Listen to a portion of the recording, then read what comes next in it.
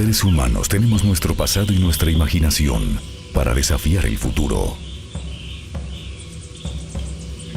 Hablaremos sobre la vida y la muerte, sobre el tiempo, sobre el universo y la Tierra, sobre culturas desconocidas, sobre el mundo antiguo.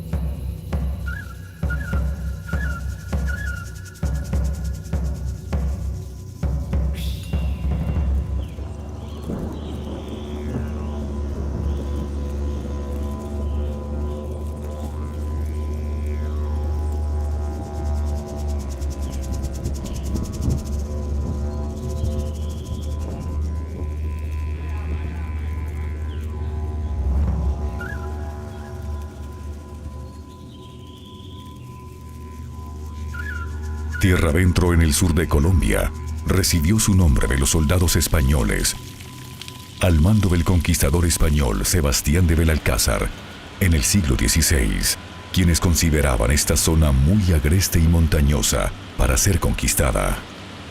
En este siglo la zona era habitada por los indígenas paeses, guerreros feroces temidos por los conquistadores españoles. Los paeses aún habitan tierra adentro.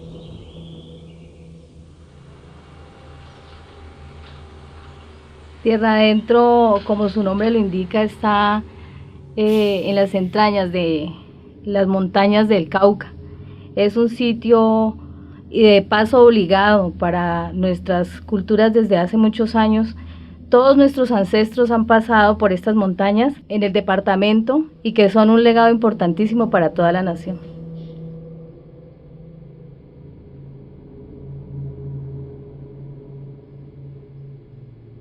El mismo día que llegué a Tierra Adentro, yo supe que me quedaba a vivir en Tierra Adentro, el mismo día. Por una sencilla razón, yo no sabía para dónde iba, me llevaba el destino. Y yo me imaginaba cómo sería. Me imaginaba 2 lomas, una quebrada en la mitad y unas casitas por ahí. ¡Ah, qué sorpresa! Eso que yo me imaginaba, así había sido. Y excavar en tantos lugares diferentes me dio a entender que aquí en Tierra Adentro han vivido muchas culturas durante mucho tiempo. Es como si viéramos las montañas. Resulta que aquí las tenemos, pero los fósiles que encontramos los fósiles que encontramos aquí en Tierra Adentro son negros, mientras que los que encontramos en el Huila allí nomás son amarillos, o sea, son de otra época, con otras formaciones. Lo mismo me ocurre con las excavaciones. Lo más antiguo que hemos encontrado en hipogeos o en vivienda precolombina, lo pudimos sacar de un lugar llamado Patuco, entre el resguardo de San Andrés y Santa Rosa, del año 750 antes de la era actual, o sea, hace unos 3000 años. O sea que aquí hay mucha gente durante muchos siglos viviendo a lo que llamamos cacicazgos agrícolas.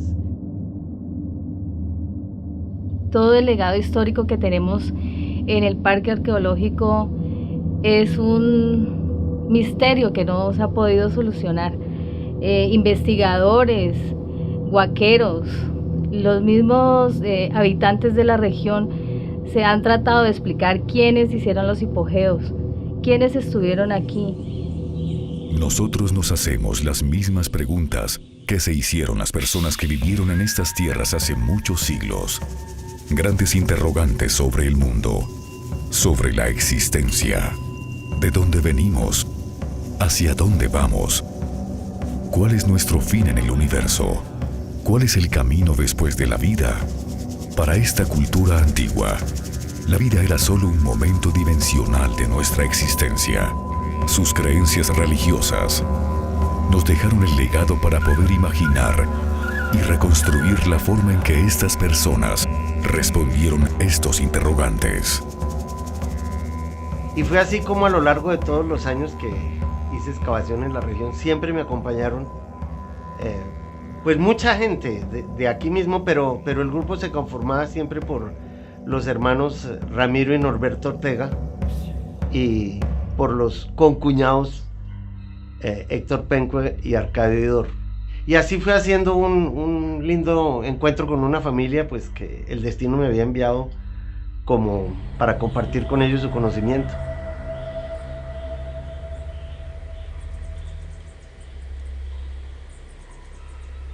Mauricio Puerta vino como estudiante de antropología de la Universidad de los Andes y decidió quedarse acá haciendo la tesis para graduarse en arqueología.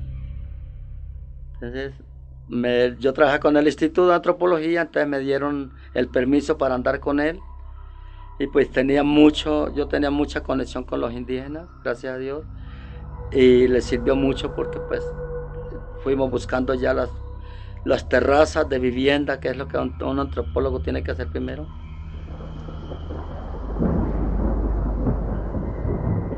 El hipogeo, hipo significa debajo y geo tierra, debajo de la tierra.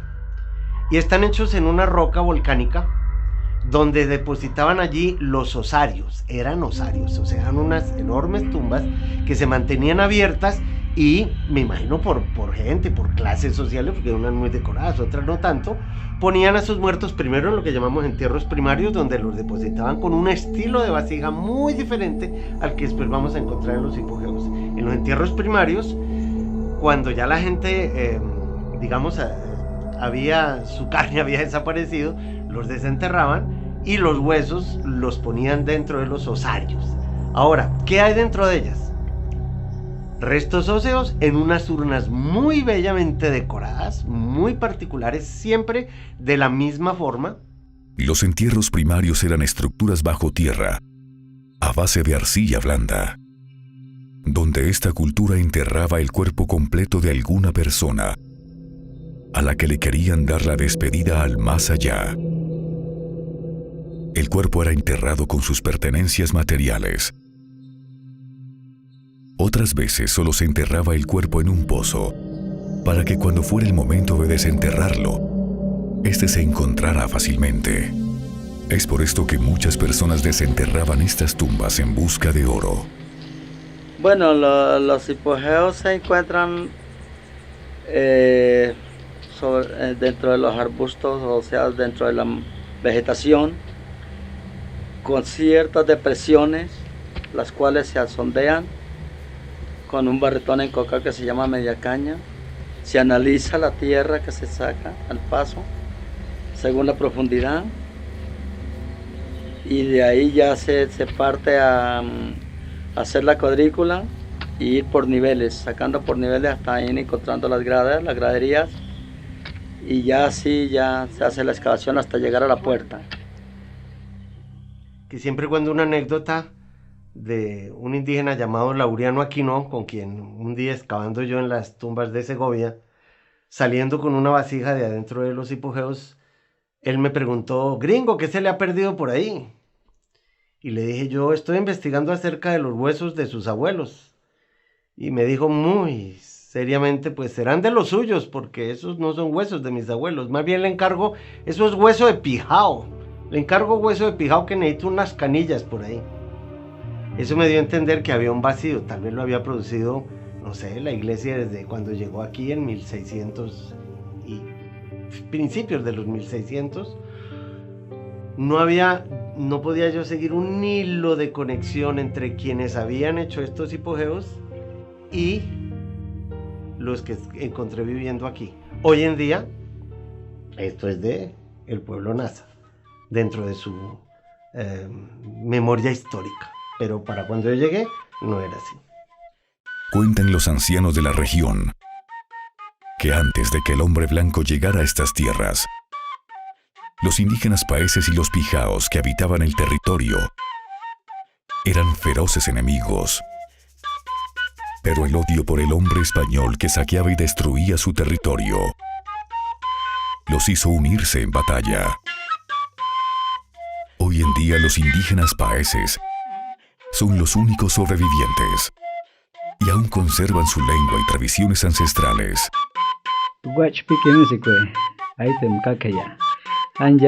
Héctor Quinto, Kipa Sham Ujes. Colombia, o principalmente tierra adentro, sobre todo los valles del Magdalena, en la parte sur, habitaban dos tribus que se competían, ¿no?, el territorio. En este caso estaban los pijaos, que estaban para el lado del Tolima, y el Nasa, que venía huido de la parte occidental de los llanos del Cauca. Supuestamente era una lucha territorial, pero los pijaos era una tribu como más contundente, era muy guerrera, ¿sí? Se peleaban y eran caníbales, se comían. Entonces, por el solo hecho de comerse las personas, los nazas ya le tenían terror por eso, porque se comían. Pero tampoco se les corrían, siempre había una barrera delimitada donde ya como que estaba marcado el territorio. El tema de los pijaos es un tema, digamos, igual de misterioso a quienes habitaron la región, y de hecho le preguntamos a un NASA quiénes son, digamos, los personajes que están en las esculturas, y dice son pijaos, ¿sí? Entonces, para los mayores de pronto de la cultura NASA puede ser algo como que causa miedo, terror, pero eso hace parte de todo el misterio que encierra Tierra Adentro. ¿Quiénes estuvieron? ¿Por qué? Se ha escuchado versiones más que todo foranas, porque no han entrado en el mundo cosmogónico del pueblo NASA, donde nosotros prácticamente le damos la lectura, que es nuestra. Se han escuchado versiones en el sentido de que los hipogeos es de otra cultura, que no son del pueblo NASA. En ese sentido, pues no estamos de acuerdo, porque en los hipogeos está plasmado una vivencia, tanto espiritual como cotidiana. Si vemos, lo comparamos, hay algo en esa lectura que existe dentro, en los colores, en las figuras, tiene que ver con nuestra propia cosmovisión, con nuestro propio mundo de pensar y de vivir y de actuar. La verdad sobre esta cultura ancestral está perdida en el tiempo. Las versiones que cada persona narra de un evento solo son interpretaciones del mundo que nos rodea. Historias que nuestros antepasados nos contaron, leyendas y mitos que entre amigos mencionamos, todas imposibles de comprobar acertadamente. Así construimos lo que llamamos realidad. Aquí hay un sitio que se llama El Duende, y allí en ese alto del Duende encontré una vacía. La tengo fotografiada desde paso a paso, cómo la fuimos abriendo, cómo la fuimos encontrando, y después cómo la fui armando, porque estaba completamente despedazada, pero estaban ahí todos los pedazos junticos.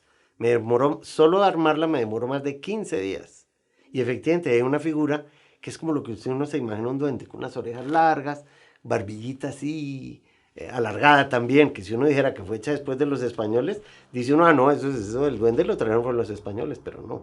Esa es una de las vasijas más antiguas que hay, y es la más decorada de todo Tierra Adentro, y podemos decir de pronto que de toda Colombia.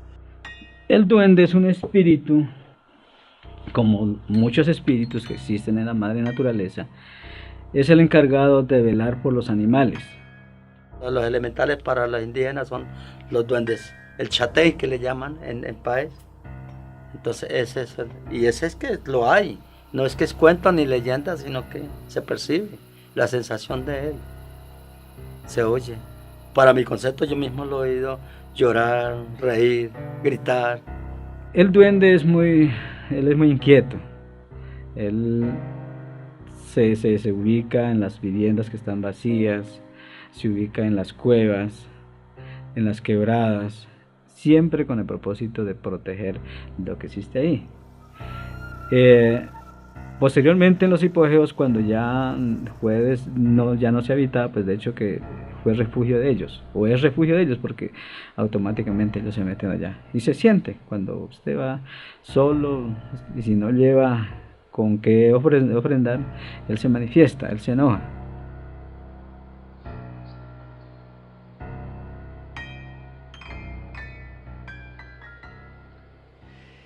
Y se tiene la idea de que es la vivienda de los muertos, porque precisamente lo que están representando los hipogeos son las casas con su trenzado en forma de rombo, cuando lo hacían con las palmeras, en blanco, rojo y negro, en donde después amarraban con bejuco la cumbrera, y ahí se ve muy bien el bejuco amarrado alrededor de las casas. O sea que era la casa de los muertos. Con base en la casa de los muertos, hemos encontrado también muchas viviendas en donde podemos saber por la forma de la vivienda y la cerámica si era perteneciente a la época de los hipogeos o mucho más reciente.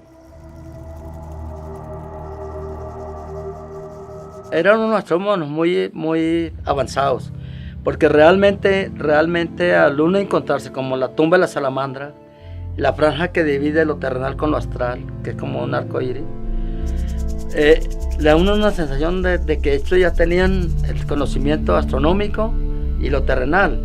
La serpiente, la salamandra, el milpiés y todo, por la fertilidad de la tierra, para los rituales de la lluvia, la fertilidad.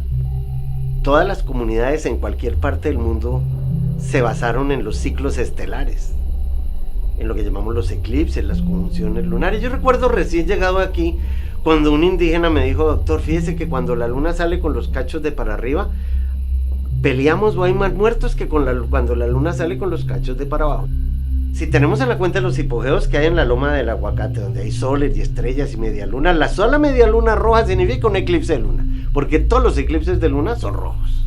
¿Bien? Entonces, esas lunas negras que hay ahí debe ser que no hay luna. Algo pasó, o es otra clase de eclipse, o el sol se puso negro. Entonces esta gente tenía una conexión con el universo así, perfectamente válido.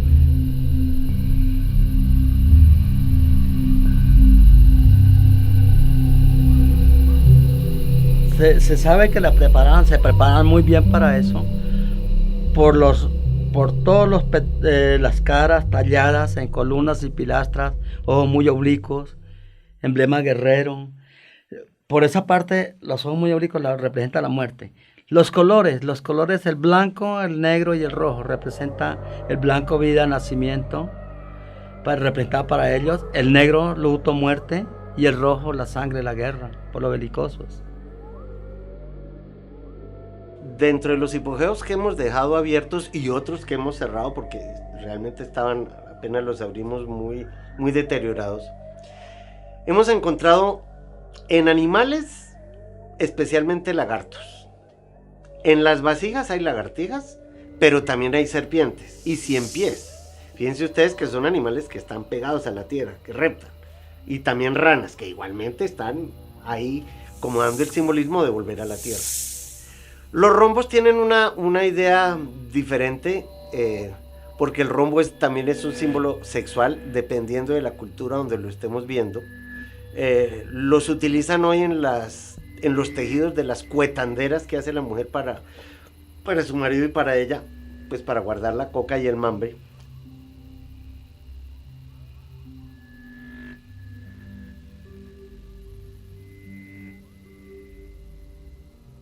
Es más, hemos encontrado vasijas donde hay una de las figuritas, están en el borde, así, exactamente así, dormidas. Uno sabe que no están muertos. Lo que estaban tratando de representar ahí era que la persona estaba volviendo a la tierra, pero apenas a dormir durante un tiempo. Bien, entonces todas estas figuras nos permiten conocer un poco la cosmogonía que tenían y las creencias de aquella época. Cada simple decisión que tomamos está determinada por nuestras creencias sobre la vida y la muerte, y afecta directa e indirectamente al universo. Afecta el tiempo que tenemos en vida y el tiempo que le corresponde a las vidas que con el paso de la luna y el sol llegarán. Tal vez esta cultura antigua nunca pensó en ser recordada, pero sus decisiones y creencias hoy nos hacen preguntarnos por ellos, así como nuestras decisiones serán debatidas en el futuro.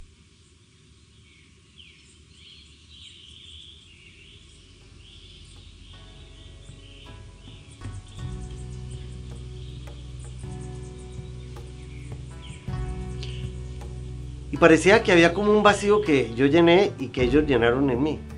Entonces, algo nos unió, y esas cosas que une el destino, pues nadie las puede separar. Tanto así que llevo casi 45 años viviendo aquí.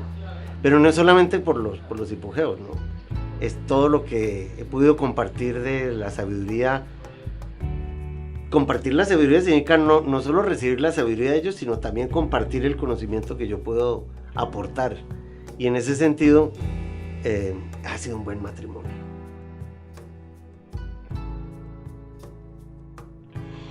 Los hipogeos son todo un tributo a la muerte, ¿no? Es todo ese trabajo que hizo una cultura, prepararse para otra vida de la manera más culta, de la manera más, se prepararon muchísimo, de una manera tan detallada. Los hipogeos muestran eso, cada pintura, cada detalle. Entonces es como nosotros ahorita nos estamos preparando para también dejar un legado y decir, sí, aquí pasamos por el territorio y también dejamos este legado. Entonces que el paso de todos los habitantes de Tierra Adentro no sea solamente eso, un pasar sin dejar huella. Eso es lo que tenemos que hacer, dejar huella como la dejaron nuestros antepasados.